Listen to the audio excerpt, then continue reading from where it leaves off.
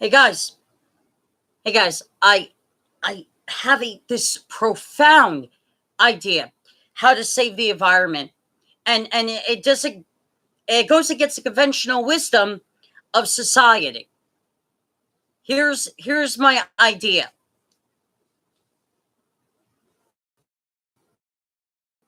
dead bodies.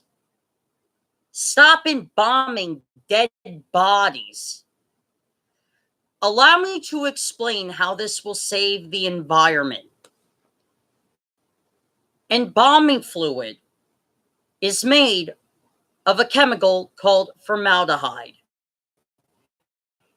Now, for every joke, when there's a mortician in a movie where it's a comedy film, there's always a mortician joking about they. But formaldehyde is not as friendly to the earth, and it's not as friendly to the people embalming body as it seems. And all this information I learned from Ask a Mortician. If you want to learn out more about what happens to dead bodies at funeral homes. So, formaldehyde is essentially a poison.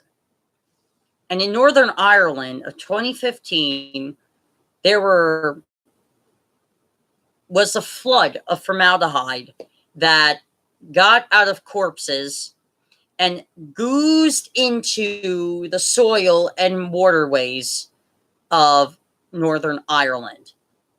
This essentially poisoned not only the water, but poisoned the soil as well. Yeah. Now, what happens to the human body when you don't embalm it? Well, after the first day or a human dies, the skin gets harder, the skin gets firmer, the muscles tense. This is when calcium fills the human body, so therefore it feels like your loved one is a vampire. They look pale. They look extremely pale because the calcium takes over the skin. And then after that comes the liquidation of the intestines. And then while the intestines liquefy on the inside, on the outside, what looks like your hair is growing, it's actually your skin decaying. Now, all the details of decaying is gross. I'm not going to lie. If you just look at, and people have done this, people have requested a webcam for science put in their coffin, casket, whatever. So scientists can monitor. But anyway, my point being is the human body decaying helps the environment. Because not only do our molecules in our body become food for the soil, but it becomes food for the worms and food for the in the soil that help gardens and trees grow. When we're putting gallons and gallons of formaldehyde, embalming fluid into our loved ones to put them in the ground, because yeah, we don't want our loved ones to die, we don't want our close friends to die, we don't want to die ourselves. Most people don't want to die, but it's going to happen. We live, we die. All organic matter goes through that process of life. That's just a fact of life. We like to sugarcoat our reality by saying we don't die, we just pass away, we don't decay, we sleep forever. No, the human body decay, and it should decay naturally. That'll save the environment. Saying that grandma, grandpa, aunt, uncle, whoever shouldn't be buried properly. They should. And hell, you know, if you want some hell, and if funeral homes really want to save the environment, create soil friendly embalming fluids in the water time of the embalmers themselves. Hey, how are you? So my point being is,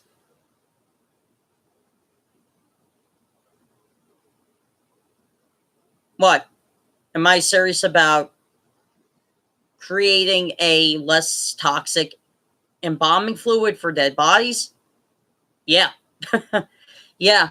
Um, embalming fluid is just horrible for the environment. A lot of people recycle. It's better. No, it's not. In fact, all the people that have been telling us to recycle, I've been watching a YouTube channel called Ask a Mortician, and she's very adamant on green funerals, green death, as she likes to say it. See, here's the thing about recycling that we've been told. Oh, if we recycle paper, if we recycle plastic, if we recycle cardboard, that it will reduce the CO2 emissions, but that's not the case. Here's what actually happens when you recycle. Water bottles are a great example why recycling plastic is a bad fucking plastic.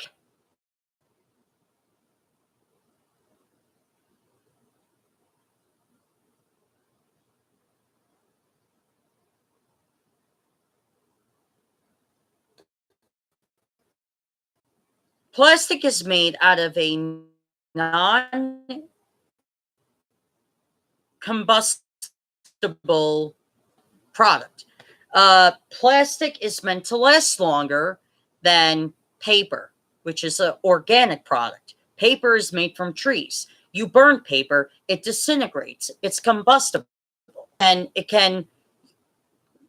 And this is proven. Bury a piece of paper in the ground over a thin layer of soil with maybe a plant seed or something. Water it. Make sure the hole's deep enough. Cover it. Check a week later. The paper will be dissolved. Why? It's organic. Plastic is not organic. And in order to recycle plastic, what you have to do is send it to a factory, which puts more CO2 emissions in the air,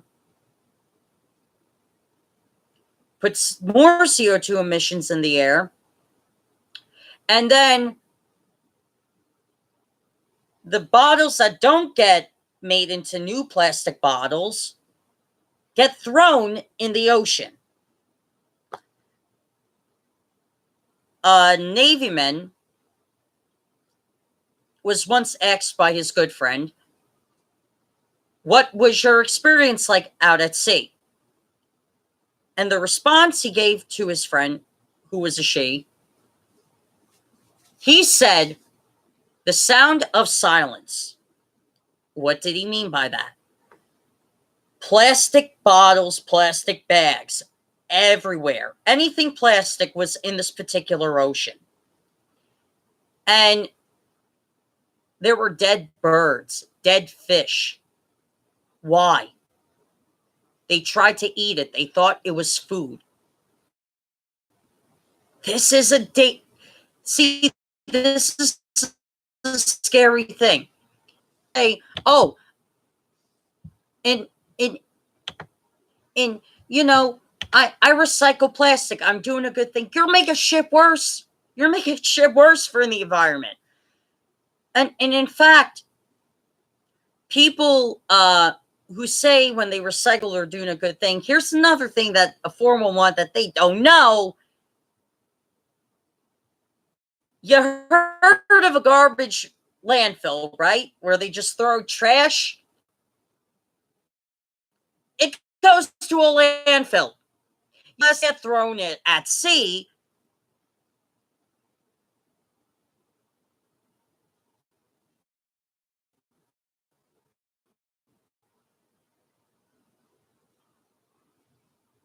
I might have to fix the stream. Yeah, I'll link in the description box to XMOrchard's channel afterwards. Yeah, I'll do it. Yeah. But my point is, it goes to a landfill. It goes to the same landfill every single piece of garbage goes to. Just the recycling does shit. And in fact, if you want to recycle and reuse the right way, buy a plastic bottle of water, right? And reuse it. That's an idea. Reuse it. Reuse it until you can't use it anymore. Because then guess what you do with it? Throw it out and just let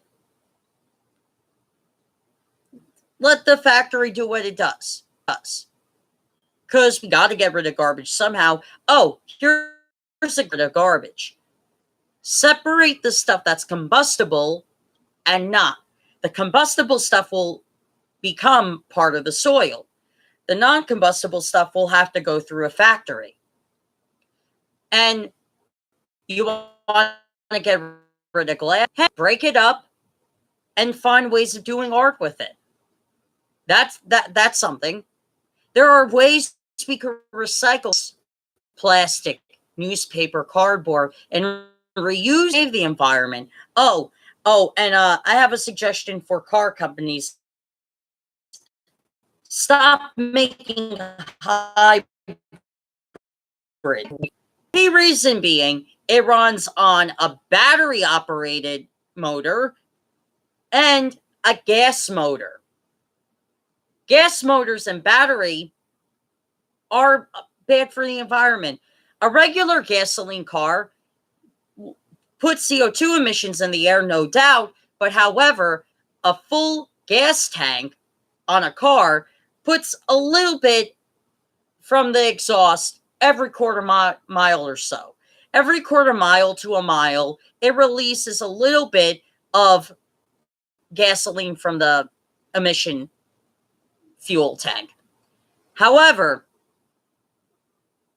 exhaust pipe.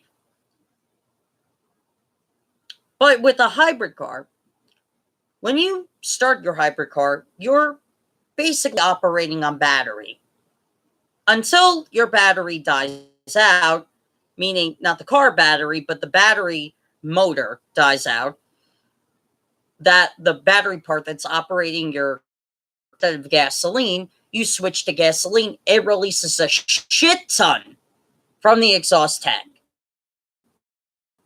Because getting out the emissions that it has to in order for the car to work properly, like a regular gas tanked car that just runs on gasoline alone.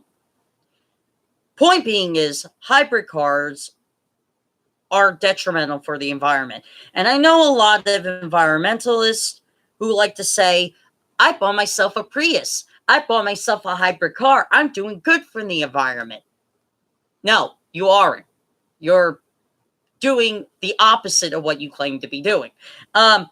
Here's another solution that could save the environment, besides green funerals. Let's,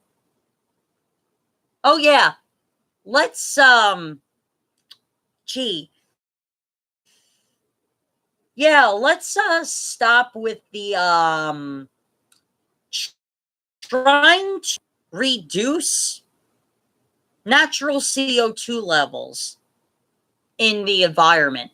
That is making the temperature go up and not the CO2 emissions.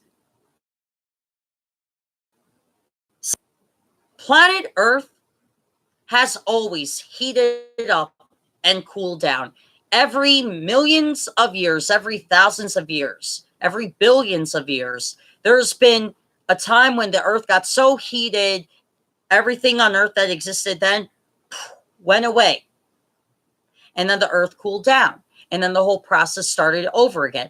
My point being is that humans aren't always to blame for the rise in Earth's temperature. Don't get me wrong, we humans are doing a lot of damage. We're part of the problem, but we are not the full problem. Because what people call the full problem is just Earth going through its natural cycle. Here's the truth about the Earth.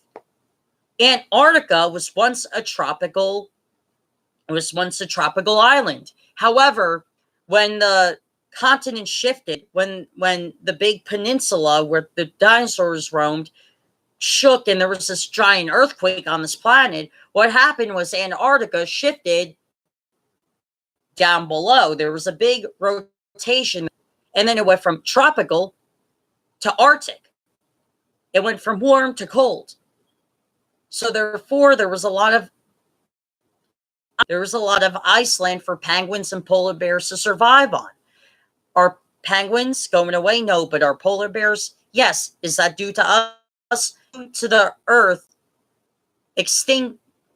going through an extinction process of a species. Yes, it's sad to see polar bears go, but you can't preserve polar bears. We always try to preserve animals from going extinct, but we can't always happen. We gotta let nature take its course. Because if we fuck with Mother Nature enough, guess what's gonna happen? It's gonna be karma on our end.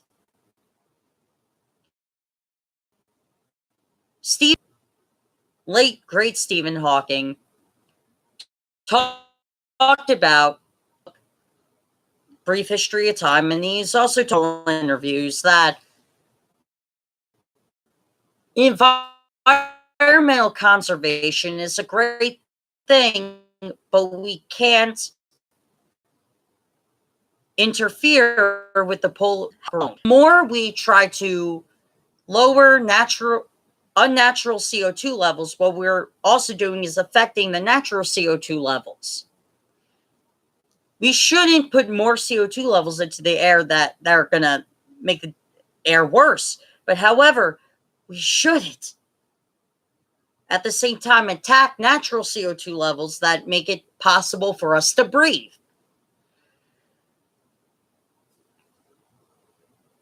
Here's another thing we shouldn't do. Instead of all these animal activists telling us we should all eat vegan, we should all eat plants, because that's better for us than killing cows. Here's the problem with that. Cow farts have methane in them. Methane is inhabitable for us to breathe. Methane is the majority of the atmosphere on Mars. No human could survive on Mars because of the methane can kill anybody in a second. Sorry, but the animal population of cows needs to be controlled. Same thing with deer. Animal that I hunters from controlling the deer population, because the deer population can overpopulate and become a problem. Their shit has disease in it. Worse diseases than mouse shit does. Than bat shit does. Control the deer population. You got to control the cow population. But is there a humaner way of killing cows than just putting them in a factory where there's a lot of bad shit for the environment that's going to do worse? Yes, there's a much more humane way of killing cows for the consumption of people instead of a factory. Yes, there is a much more humane way of doing it. What Native Americans used to do is they didn't use heavy machinery. They used bow and arrow. If they didn't use bow and arrow, they would smash the skull, thus killing the animal humanely and then thanking it for its sacrifice. Let's do it like that. If Americans have it the right way. If you're going to kill an animal, at least thank it for a sacrifice for your survival. Let's tell everybody to stop eating meat. Not everybody can survive on a meatless diet. I don't want to get vegans that are bad vegans, but the bad vegans overtake the good vegans who are rational, who tell the other crazy batshit vegans, no, this is not how nutrition works. You need to supplement if you don't eat meat anymore. You can't take supplements out of your diet. You're going to harm yourself. You're going to make other people harm themselves because you're giving them false, dangerous information. If you want to know how dangerous some of these vegans are and some of their propagandas, watch A Real Doctor Reacts to What the Health. And watch, then I believe it's Unnatural Vegan. Her channel has a video called A Vegan Debunks What the Health.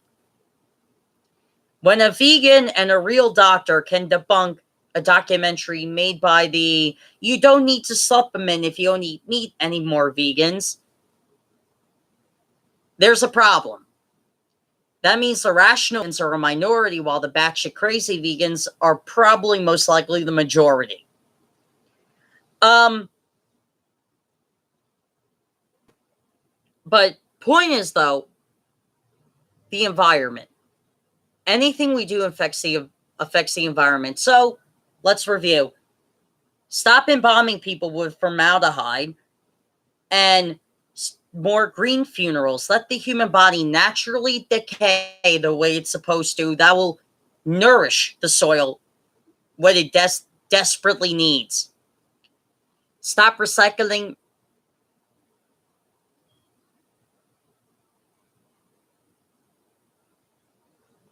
Stop recycling plastic bottles, because plastic bottles end up going to the garbage dump anyway.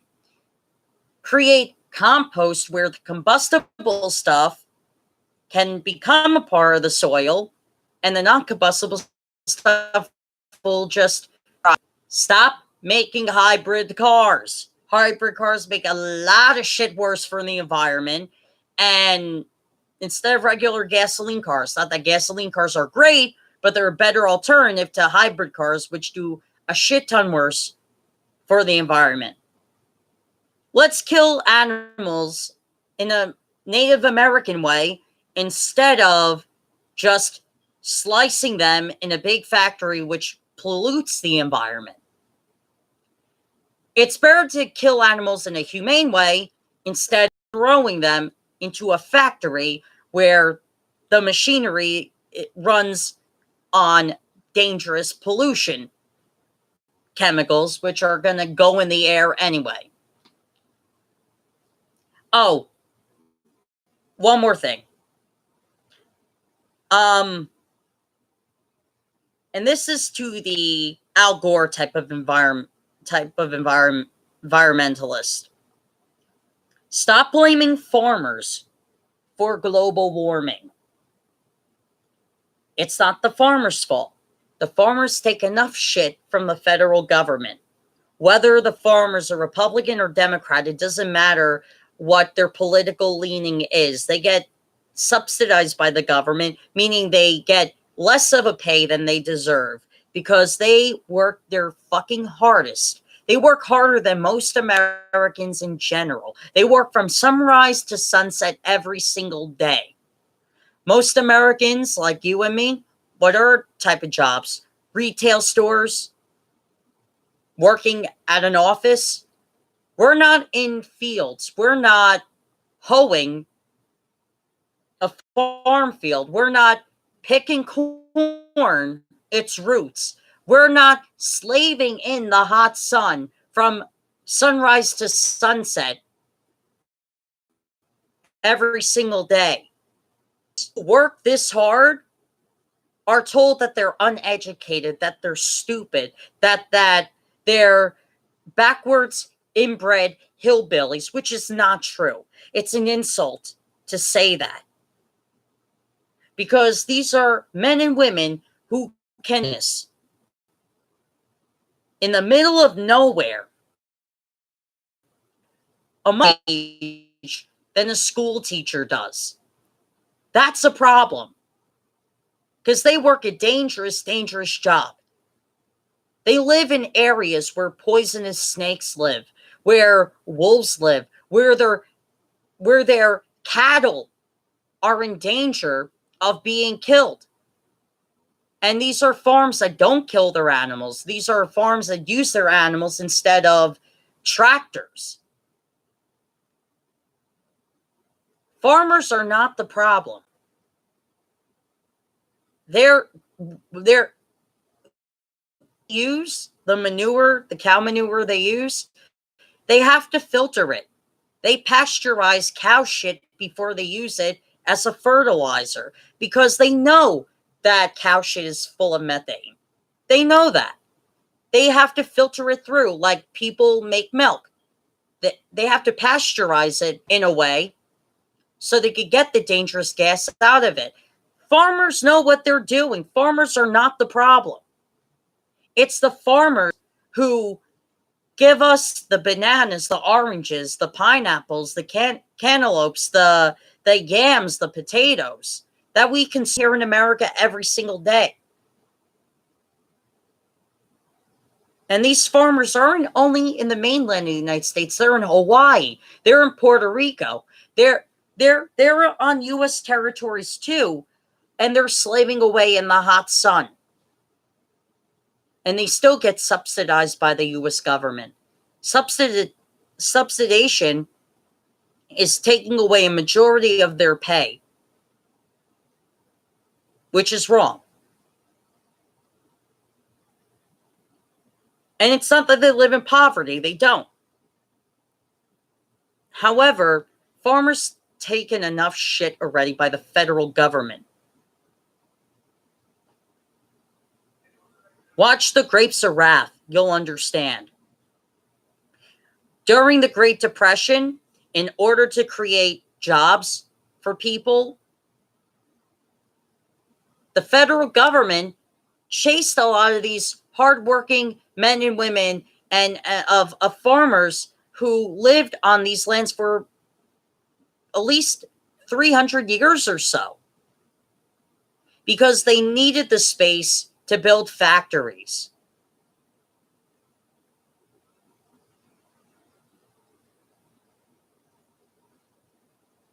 That's not only heartbreaking, but that's wrong. You're not only stealing somebody's land, but you're stealing their heritage. You're stealing the grave of their loved one. A lot of families didn't have the money to bury at a cemetery. They buried at the farm. So you're taking a family history away.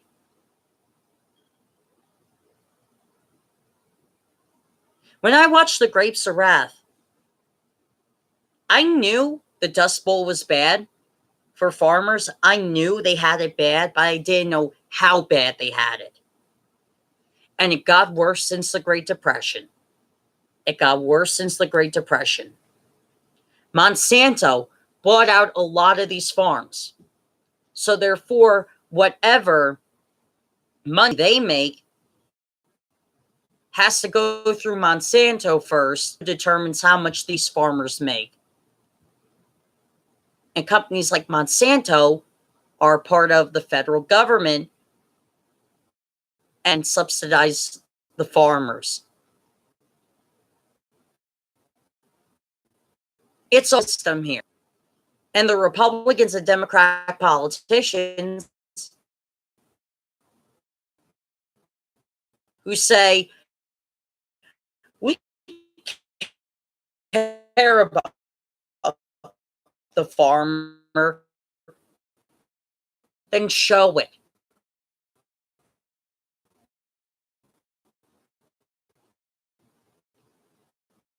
Then show it. Oh, these people.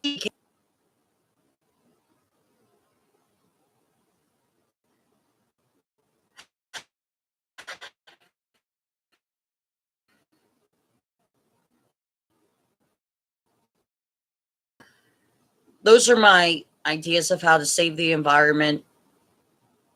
Just my ideas. And some were inspired.